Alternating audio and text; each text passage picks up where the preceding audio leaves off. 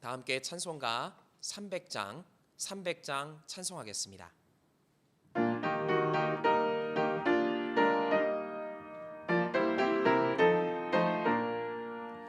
내 맘이 낙심되며 근심이 눌릴 때 주께서 내게 오사 위로해 주시네.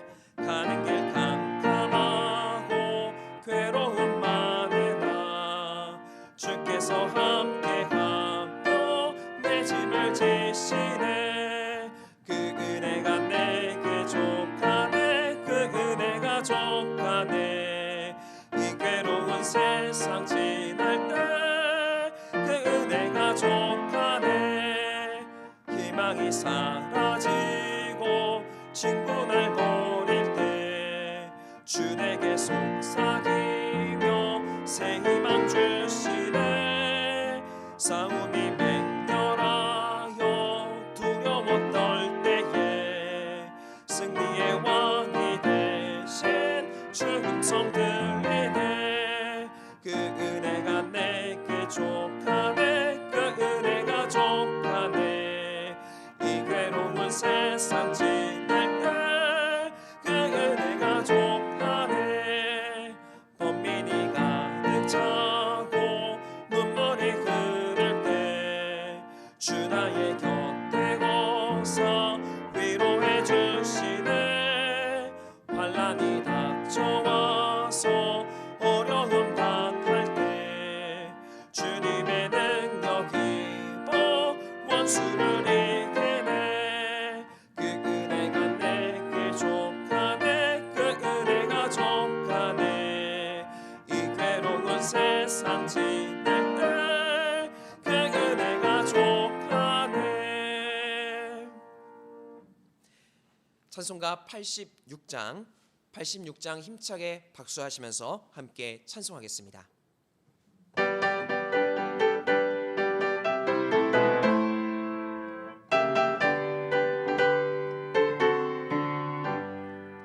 내가 늘 의지하는 예수, 나의 상처 입은 심령을 불쌍하게 여기서 위로하여 주시니 미쁘신 나의 좋은 친구. 내가 의지하는 예수, 나의 사모하는 친구. 나의 기도 들으사 응답하여 주시니 미쁘신 나의 좋은 친구. 주의 손에 의지하고 살 때 나를 해할 자가 없도다. 주님 나의 마음을 크게 위로하시니 미쁘신 나의 좋은 친구. 내가 의지하는 예수, 나의 사모하는 친구. 나의 기도 들으사 응답하여 주시니 미쁘신 나의 좋은 친구. 내가 요단강 건너가며 마음이 두려워서 떨 때도 주가 인도하시니 어찌 두려워하랴. 미쁘신 나의 좋은 친구. 내가 의지하는 예수, 나의 사모하는 친구. 나의 기도 들으사 응답하여 주시니 미쁘신 나의 좋은 친구. 이곳 천국에 올라가서 모든 성도들과 다 함께 우리들을 구하신 주를 찬양하리라. 미쁘신 나의 좋은 친구. 내가 의지하는 예수, 나의 사모하는 친구. 나의 기도 들으사 응답하여 주시니 미쁘신 나의 좋은 친구.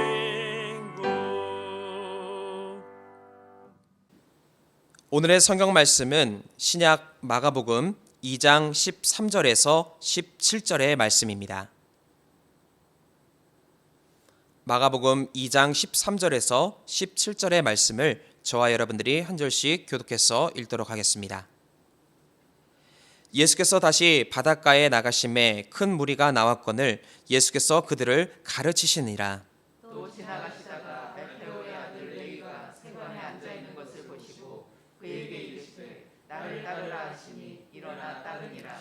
그의 집에 앉아 잡수실 때에 많은 세리와 죄인들이 예수와 그의 제자들과 함께 앉으시니 이는 그러한 사람들이 많이 있어서 예수를 따름이러라. 바리새인의 서기관들이 예수께서 죄인이 세리와 함께 잡수시는 것을 보고 그의 제자들에게 이르되 어찌하여 세리 및 죄인들과 함께 먹는가. 함께 읽겠습니다. 예수께서 들으시고 그들에게 이르시되 건강한 자에게는 의사가 쓸데없고 병든 자에라야 쓸데 있느니라. 나는 의인을 부르러 온 것이 아니요 죄인을 부르러 왔노라 하시니라. 아멘. 할렐루야. 오늘도 하나님의 사랑과 은혜를 경험하는 복된 이 새벽 되시기를 주님의 이름으로 간절히 축원드립니다. 오늘부터 우리는 40일 동안 사순절을 지키게 됩니다. 사순절은 예수님의 십자가의 사건을 기억하는 시간입니다. 또한 십자가의 고난을 묵상하며 각자의 삶의 자리에서 경건을 실천하는 기간이 되기도 하는 것입니다. 바라기는 이 기간을 통해서 보다 더 주님과 친밀해지고 또 주님이 내려주시는 은혜로 충만한 시간이 되어주시기를 주님의 이름으로 간절히 축원드립니다. 오늘 본문은 우리에게 십자가의 정신에 대해서 강력하게 말씀합니다. 다시 말하면 왜 십자가 사건이 일어나는가에 대해서 말씀합니다. 십자가 사건은 연약한 우리를 구원하시기 위한 주님의 은혜입니다. 오늘 본문의 이야기는 이러한 은혜에 대해서 말씀합니다. 특별히 당시 사람들의 손가락질을 받던 세리, 즉 레위가 예수님께 부름을 받는 장면입니다. 예수님께서 레위를 부르신 이유는 분명합니다. 그를 혼내시거나 또 정죄하려고 부르신 것이 아닙니다. 사람들은 그를 손가락질하고 또 정죄하지만 예수님은 그를 도와주시기 위해서, 더 정확히 말하면 은혜로 불러주시고 또 구원해 주시기 위해서 그를 불러주셨다라는 겁니다. 우리는 잘한 사람에게 상을 주고 또 잘못한 사람에게 벌을 주는 것을 당연하게 여깁니다. 그러나 주님은 잘못한 사람에게도 다시 기회를 주시고 상 받는 자리로 이끌어 주신다라는 겁니다. 이후 레위는 예수님의 초대에 응하게 됩니다. 그 결과 레위는 그동안의 연약함을 벗어나게 되었고 주님의 제자로서의 새로운 삶을 살아가게 되는 것입니다. 이처럼 주님의 십자가는 연약함을 벗어나게 하시고 새로운 기회를 주시고 또한 하늘의 상급이 있는 자리로 우리를 불러주십니다. 마찬가지로 주님은 오늘 우리도 초청해 주십니다. 바라기는 주님의 부르심이 들려올 때 그 초청에 아멘으로 응답하시고 새로운 하나님의 은혜가 임하는 복된 삶을 살아가시기를 주님의 이름으로 간절히 축원드립니다.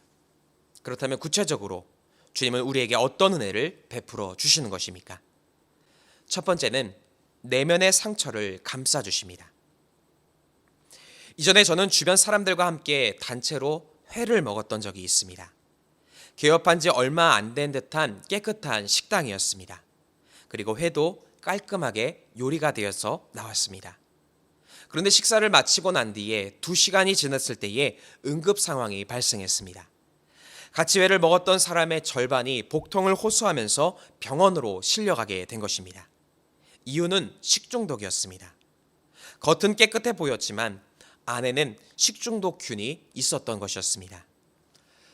마찬가지로 우리의 삶에도 겉은 그럴듯하게 보이지만 내면에는 골마있는 상처들을 가지고 살아갈 때가 있습니다. 상처가 있어도 애써 괜찮은 척 해 보이기도 하고 또 어쩔 수 없이 강한 척을 하며 살아갈 때도 있는 것입니다. 또한 차마 누구에게도 말할 수 없는 상처를 껴안고 살아가기도 합니다. 그런데 주님은 이런 연약한 우리의 상처를 고쳐주십니다. 오늘 본문의 레위가 그러한 은혜를 경험하게 됩니다. 당시 레위의 직업은 세리였습니다. 세리는 세금을 걷는 사람이었고 당시 꽤 부유한 삶을 살았습니다. 물질적인 면에서 또 권력으로 보면 모자랄 것이 없습니다. 하지만 그는 상처를 가지고 있습니다. 왜냐하면 세리는 당시 매국으로 취급을 당했기 때문인 것입니다. 이스라엘을 식민지로 삼은 로마에게 세금을 납부하는 일을 담당하게 됐는데 이 과정에서 과도한 세금을 동족에게 거뒀기 때문인 것입니다. 권력과 물질의 부족함은 없지만 동족에게 비난을 받는 아픔을 간직한 그였다라는 것입니다. 그랬기에 그의 내면의 아픔을 누구에게도 선뜻 말할 수가 없었습니다. 다른 사람들처럼 예수님 앞에 나아가서 하소연을 하고 싶어도 그럴 수가 없었습니다. 어쩌면 그가 함부로 돌아다니기가 무서웠을 수도 있습니다. 그래서 그랬는지 오늘 본문에 보면 그는 세관에 앉아 있었습니다. 그를 보호해 줄 수 있는 안전장치가 이 세관에 있었기 때문일 것입니다. 그런데 이때 예수님은 그를 주목하여 보십니다. 그리고 그에게 나를 따르라 라고 말씀하시면서 함께 식사까지 하여 주십니다. 심지어 바리새인들이 그 식사 자리를 보면서 비난을 할 때에도 예수님은 그를 감싸 주시고 보호해 주셨다는 겁니다. 이와 같이 주님은 내면의 깊은 상처를 감싸 주시며 치료의 은혜를 베풀어 주십니다.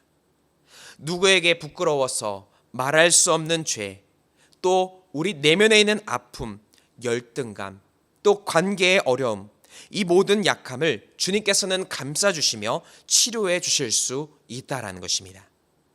지금 혹 누구에게 말할 수 없는 상처가 우리 안에 있으십니까? 주님은 이 상처를 받아주실 수 있고 얼마든지 고쳐주실 수 있습니다. 바라기는 주님 앞에 나의 아픔을 고하시고 치유하시는 주님의 역사를 경험하시기를 주님의 이름으로 간절히 축원드립니다. 두 번째로 은혜로 다가와 주십니다. 요즘 시대는 정죄가 익숙한 시대입니다. 나의 옳고 그름보다도 남의 잘못됨에 집중하는 시대입니다. 또 용서와 긍휼보다는 정죄와 비판이 익숙한 시대이기도 합니다. 예수님의 시대에도 비슷한 일들이 있었습니다. 나는 깨끗하다라고 자부하던 바리새인들과 같은 사람들이 있었던 반면에 죄인이라고 손가락질을 받던 세리 레위와 같은 사람도 있었던 것입니다. 바리새인은 자신은 깨끗하다라고 주장하는 것에서 멈추지 않았고 남을 정죄하고 비난했습니다. 깨끗한 사람이라면 그에 합당한 삶으로서 연약한 사람들을 도와주었으면 참 좋았겠지만 그렇지 않고 그들은 정죄에 익숙했다라는 것입니다.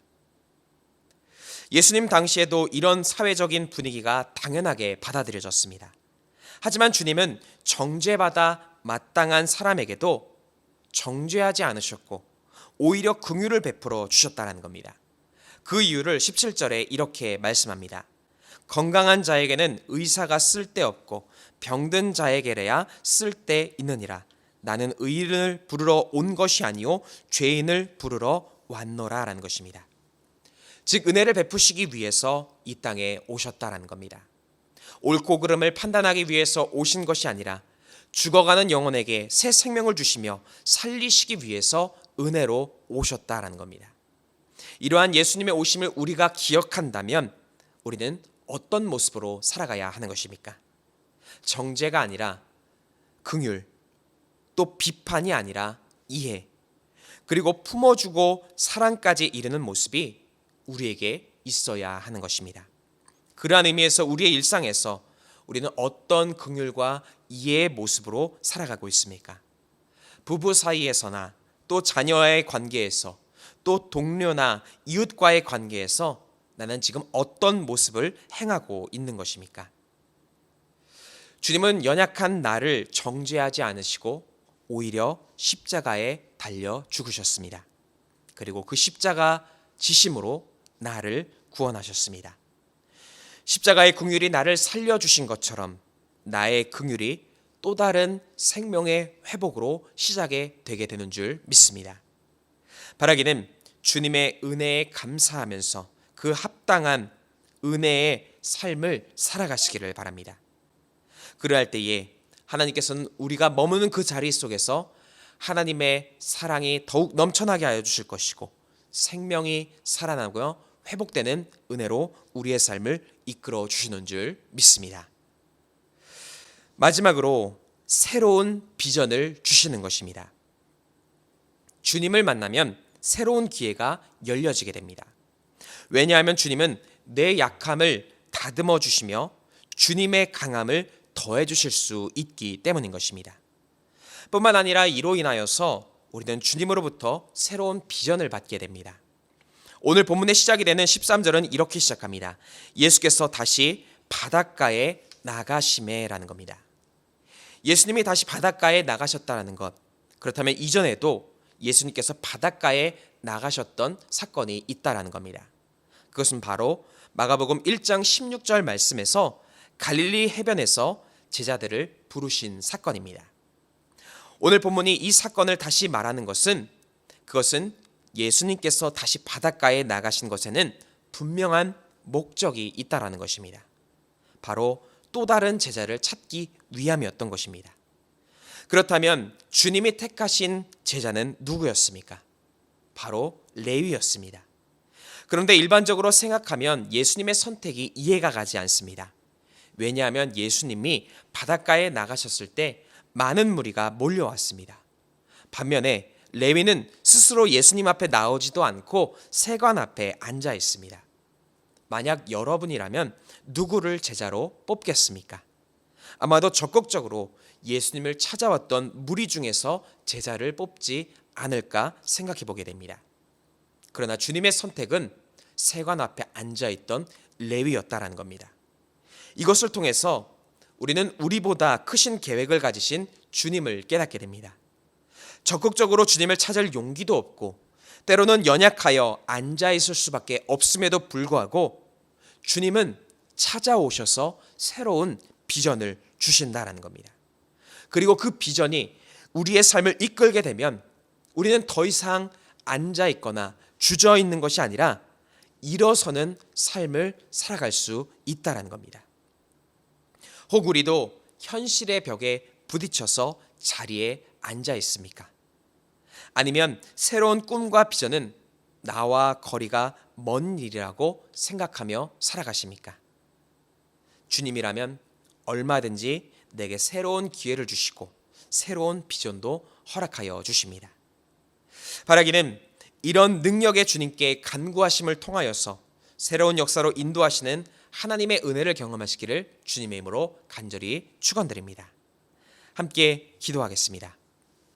사랑과 은혜가 충만하신 하나님, 연약한 우리의 삶의 자리 가운데 찾아와 주시고 구원의 은혜를 베풀어 주심에 감사드립니다.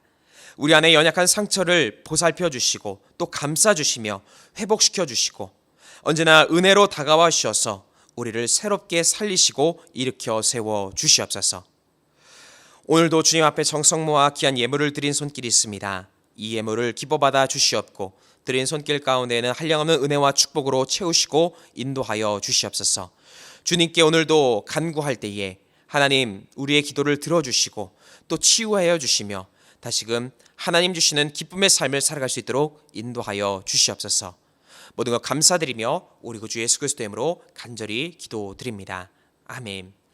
하늘에 계신 우리 아버지여, 이름이 거룩히 여김을 받으시오며 나라가 임하시오며 뜻이 하늘에서 이루어진 것 같이 땅에서도 이루어지이다. 오늘 우리에게 일용할 양식을 주시옵고 우리가 우리에게 죄 지은 자를 사하여 준 것 같이 우리 죄를 사하여 주시옵고 우리를 시험에 들게 하지 마시옵고 다만 악에서 구하시옵소서. 나라와 권세와 영광이 아버지께 영원히 있사옵나이다. 아멘. 이 시간 함께 공동의 기도 제목을 가지고 함께 통성으로 기도하겠습니다. 먼저 주신 말씀에 의지하여서 함께 기도하겠습니다. 또한 나라와 민족을 위해서 기도하실 때에 이 땅에 질병이 속히 사라질 수 있도록 또 경제가 회복될 수 있도록 함께 기도하겠습니다. 또한 교회를 위해서 기도하실 때에 사랑으로 세상을 치유하는 교회가 될 수 있도록 함께 기도해 주시고 또 특별히 다임 목사님의 신원의 강건함을 위해서 함께 기도하도록 하겠습니다.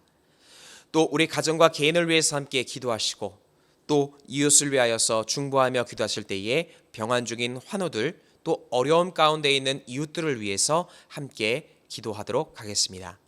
이 시간 함께 기도하겠습니다.